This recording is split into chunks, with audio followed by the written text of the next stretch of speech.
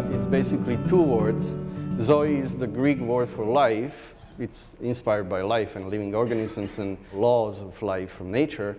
And the ethica, it's another main part of the course that the students are not only looking at stuff and trying to make art that mimics that, but we are really asking a lot of interesting questions that are philosophical questions and ethical questions. It's been one of the first projects that combined these engineering and science related departments with the Art Institute and art department. So it's a big experiment for everybody, and a lot of great explorations, and not only in terms of studying nature, but also exploration in how we can develop new relationships between different departments and different researchers on campus, and maybe come up with new ways how to study nature and innovate and bring all that stuff into our own lives.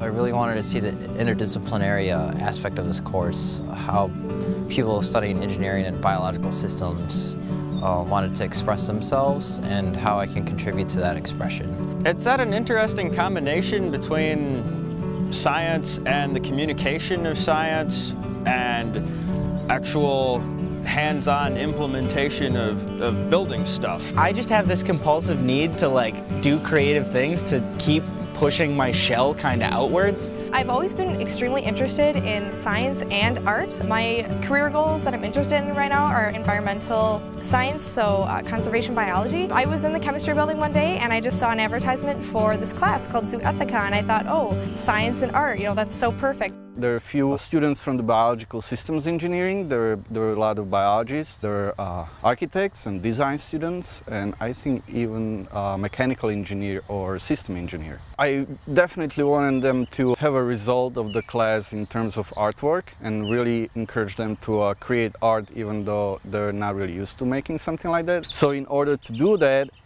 I posed the question, how would you talk about your own research using art or creating art projects? He really tries to incorporate what each of the individual students is doing scientifically and artistically, so it felt very personal. Peter is one of the best professors I have ever had, honestly. Really just giving us the freedom to embrace our own interests and come up with our own designs and ideas for our artwork. He was very welcoming of our independence and fostered our creative spirit. When I encouraged them to create artwork, many of them found it very exciting and very original. They've never been doing anything like that. They brought very great ideas to the table.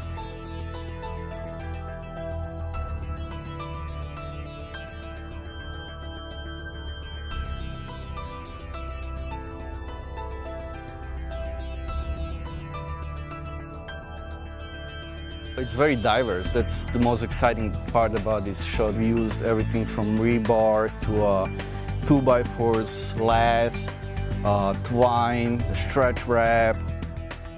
If you're thinking artistically, then you'll observe things in science that you might not otherwise. There's a certain emphasis on being observationally aware in the arts, and I think the sciences can benefit from that too. The whole point of the course is to have your eyes open to different aspects and possibilities that you were not familiar with. Peter coming from a really science background and then just going straight art, it was so interesting to learn from somebody so different and doing something so different.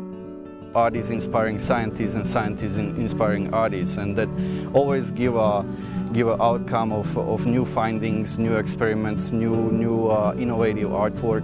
That's actually the key to solving some environmental issues that we're having nowadays, is getting people's interest in building that community through artwork. I just think it's a really great way to inform them of these environmental issues that people usually don't read about in scientific articles. I'm just fortunate to have these resources provided to me, and kind of being interested in nature and science, and being interested in sharing the knowledge through education.